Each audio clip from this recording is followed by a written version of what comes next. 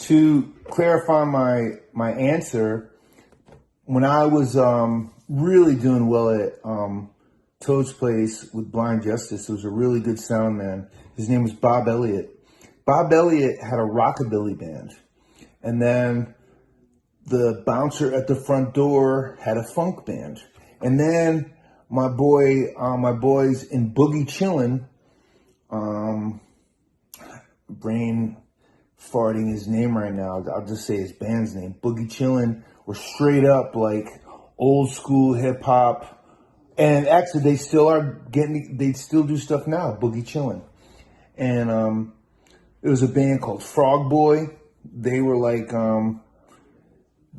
their own thing, sort of funky. So yeah, man, I came from Quest of the Moon Breed. The band that Blind Justice used to play with all the time was a band called Quest of the Moon Breed, and they were industrial.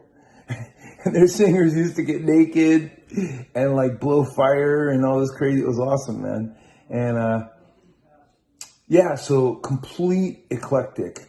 By the time Gargantua Soul hit the scene, I consider it a little less eclectic. Because, I mean, from the Blind Justice time, there was a band called Gravel Pit, which were like new rock. Then there was a band called VMJ, which were really good. They were like a really killer, like new rock band. And then there were the Dum Dum Boys. And so I'm just trying to think of eclectic bands from the Gargantua Soul time. I remember there were different kinds of music. I think, and then, even like Opus diversifies and he does like a tribute to Black Sabbath, Earth. So yeah, man, the music dial just goes all over the place.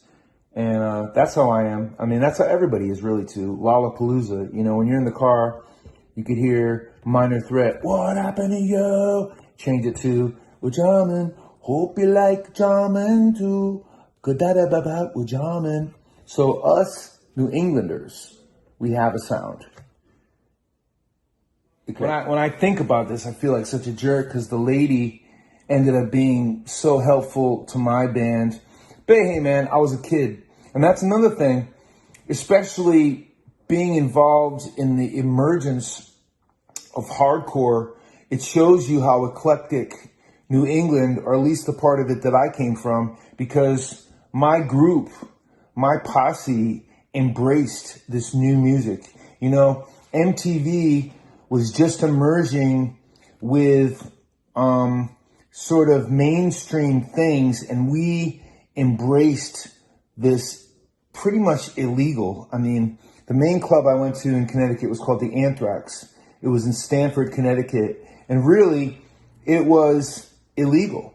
Anytime the police could come and shut it down for any types of reason, whether it be loitering outside, whether it be noise disturbance. And if they walked in and saw us, the Anthrax was in a basement and there was rugging taped to the wall for us to slam dance. And slam dancing was illegal. If you went to the bigger clubs and you slam danced, you definitely got kicked out.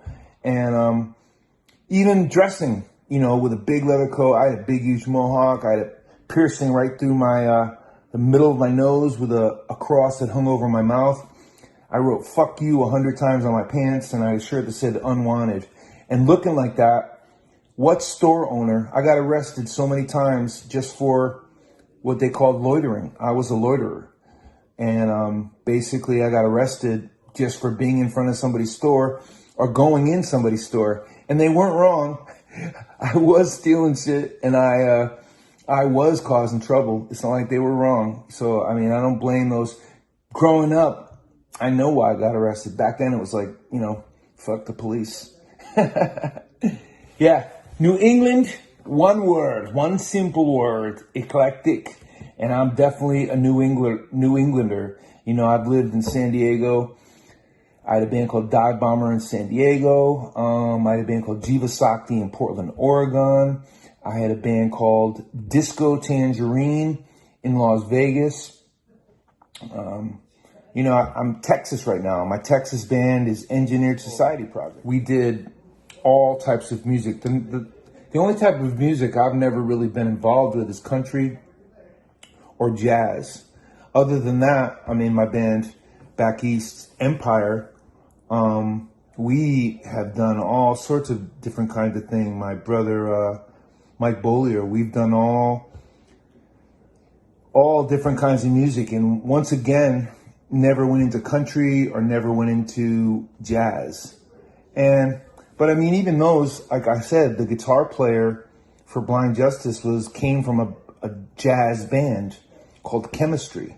So it's a melting pot. The New England is a melting pot. I'm not sure what it's like now, but so the first, like now that I think of it, the first real melting pot that I was really influenced by was I think it was called Red Spot Productions. This was before I got into Red Death. They used to put shows down on the New Haven Green, and there was a band called the Discipline Addicts, which are like funky new rock. Then there was a band called Valley of the Kings, which is my favorite, and they were sort of like dark REM. They weren't like REM at all, but they were like new rock. I'm trying to think of the band that they're like. Oh, there was a band called October Days, and they were like almost like old school Jane's Addiction. They were amazing. And the thing is, I know all these bands, and a lot of those people are mad at me because I wasn't a very nice boy when I was, they used to call me Diggum, and I wasn't a really, I don't know, man. When I used to go to shows, I used to cause a lot of trouble, man. I don't hit the bottle no more, and back then I did actually. So my time in New Haven as very young, I disturbed a lot of stuff. Actually, there's a band called Disturbance, and they were doing a live show at Yale, and I went in and grabbed the microphone and started yelling, fuck me, at their thing. And man, you know, when I think about this, I feel like such a jerk. So I just looked at your question, Scott, and you asked me, what do I think the New England sound is? So you can just take a look back at my interview or my answer and know that Connecticut, by Connecticut, I mean New England. I mean, the New England sound is eclectic. And my very first band, where I really was like into, you know, my first band out of the hardcore scene, Blind Justice, was, I mean, we had a lot of different kind of songs. We had reggae songs, we had rap rock songs, and by looking at the time period, my band was the first rap rock band in the world, meaning we did a rapping verse with a singing chorus.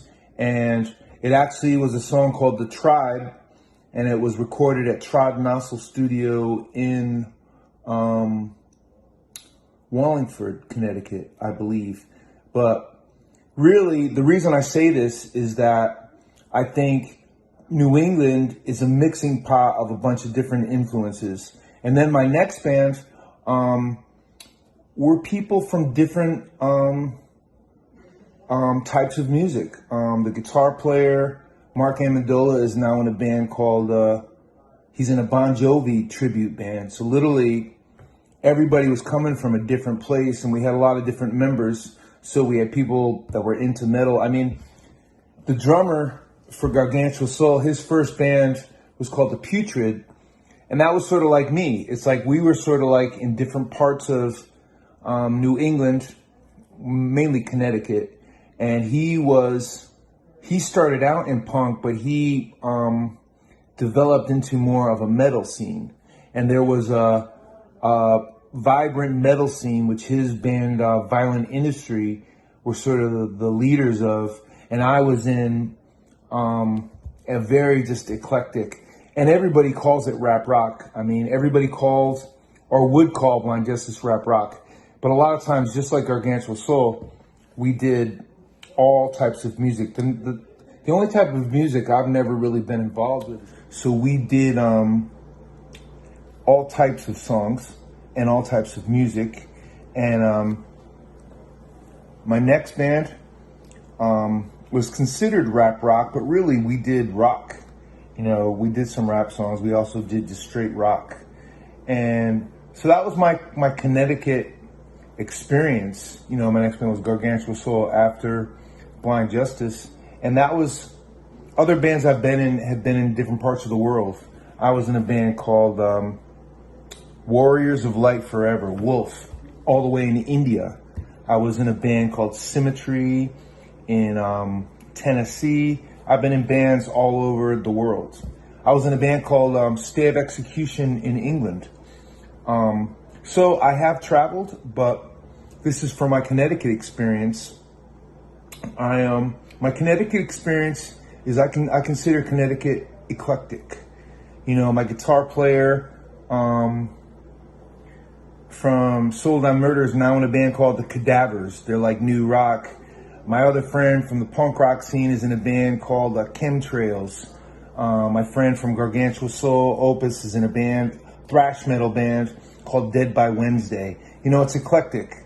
Steve Rogers, my other friend, he's in a band called Mighty Purple, is like new rock. Vic Steffen has a studio over in West Haven. He does blues and jazz. So I would say the Connecticut sound is eclectic from my experience. I come from an eclectic background. I was in the hood. I lived in the projects when rap actually first came on the radio. The first rap song to make the radio was called The Breaks by Curtis Bro. And actually the big thing that broke and turned into hip hop was Rapper's Delight. And I actually was right in the urban experience when that all happened. So I'm a very eclectic artist, and I consider the place I come from, Connecticut, I would say the Connecticut sound is eclectic. And a band, this was a question asked to me by Scott Harrington. One of the bands that I really appreciate that he's working with is called Kings and Liars. And so my very first band in Connecticut was a band called Red Death. Red Death turned into Allegro Thrash. Allegro Thrash turned into Cat with a Mohawk. And my next band was called Soul Down Murder. These were all on the hardcore scene. Hardcore, punk rock. I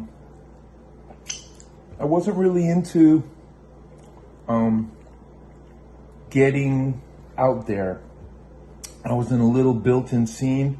I almost went to shows every day in Connecticut, Boston, and New York.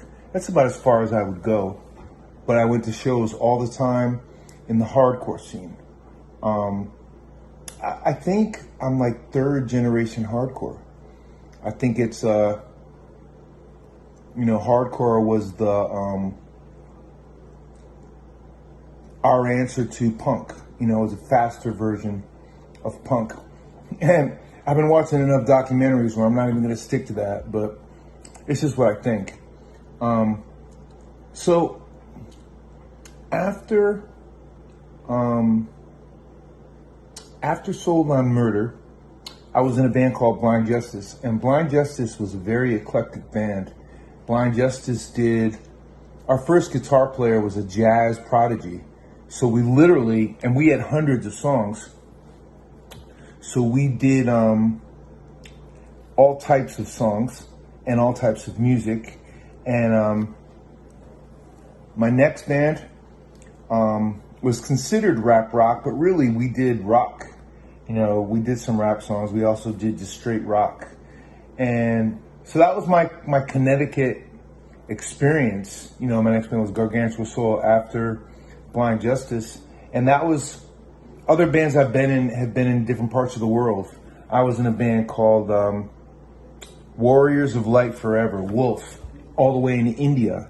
I was in a band called Symmetry in Tennessee. I've been in bands all over the world. I was in a band called Stay of Execution in England.